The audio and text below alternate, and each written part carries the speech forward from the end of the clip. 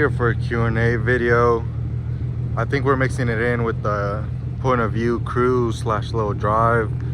I did a poll on Instagram, like what type of content you guys wanted, like point of view cruises, Q&As, rating people's cars, apartment tours, just a bunch of stuff like that. And it was tied up mostly with the point of view drives and like exhaust setup videos and Q&As.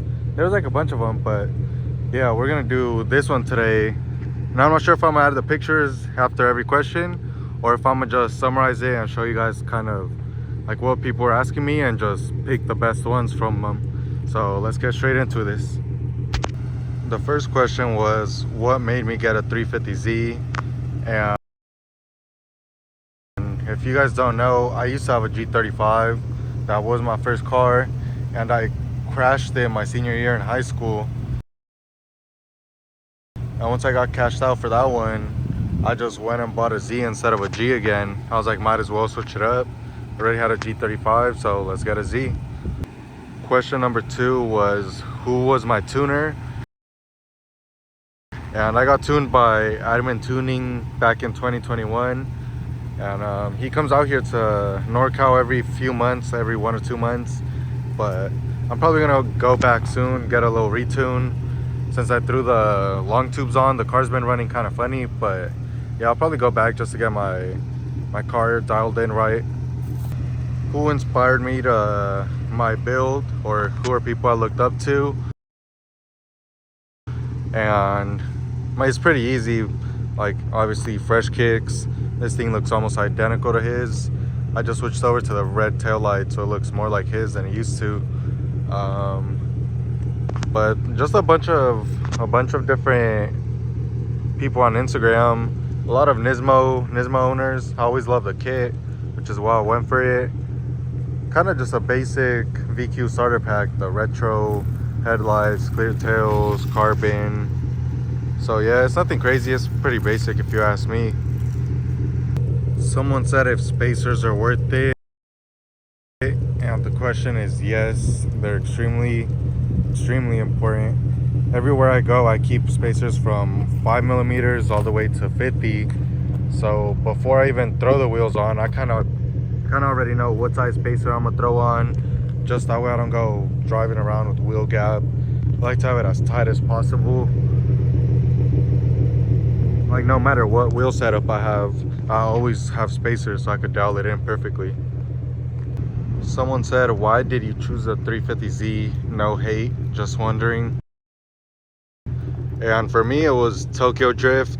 Ever since I watched that movie, like on my 6th birthday, like I already knew I was gonna get a 350 one day. Like there was just no doubt in my mind. And I still feel the same way to this day. Like I don't think I'll ever sell this car, part out, or get rid of it. I don't plan to, and hopefully I don't. Someone said, what are the best specs for a Z? And there is no right answer for that. It all depends for everyone, like what suspension you run, what tire size, how much camber, if you're lowered. It all just depends on everything. But for the most part, you can fit pretty aggressive specs on Zs, like 19x11 in front, 19x12s rear.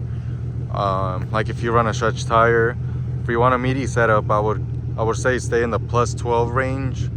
If you want to go more like fender to lip, tuck, aggressive camber, then I would say go to the negative offsets for these. And I would personally go in 19s just because they fill in the gap a little better.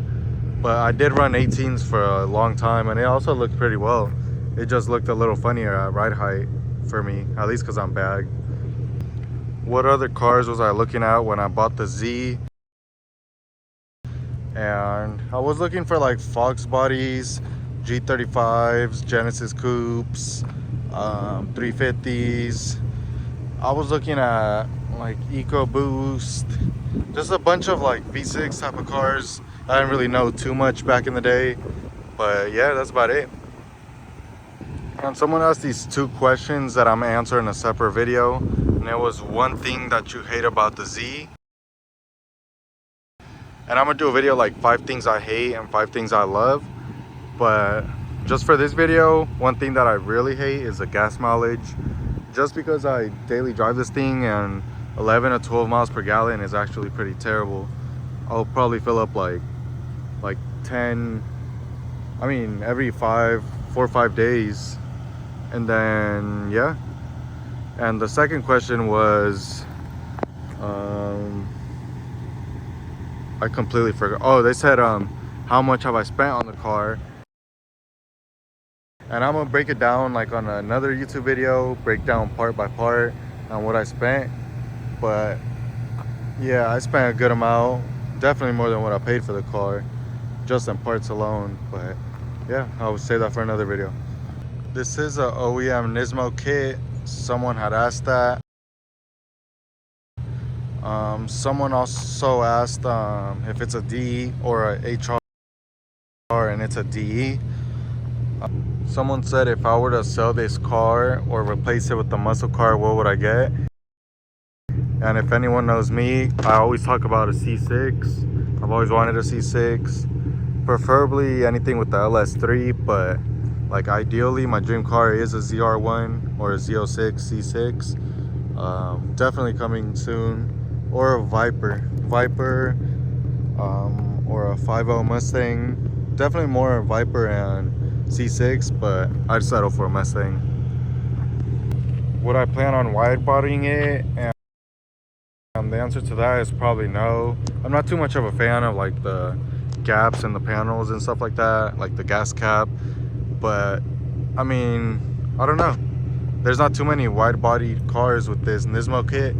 And I do like how the wide body looks with the carbon fiber fenders when they extend it. So I'd be down to do that.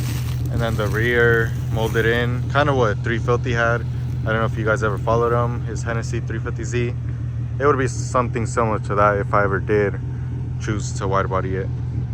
A lot of you guys asked how long I've been working on this car, and it's only been like a year and a half, right under 2 years.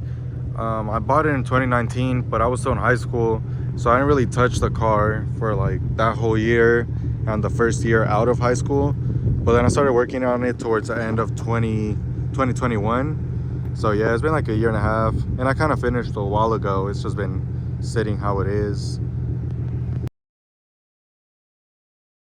All right, last two questions, and the first one is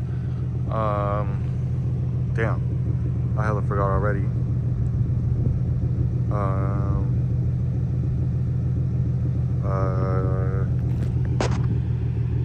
Would I ever boost a Z? And probably not. As long as it's my daily, I won't. But if I had a second car, then yes, I definitely would.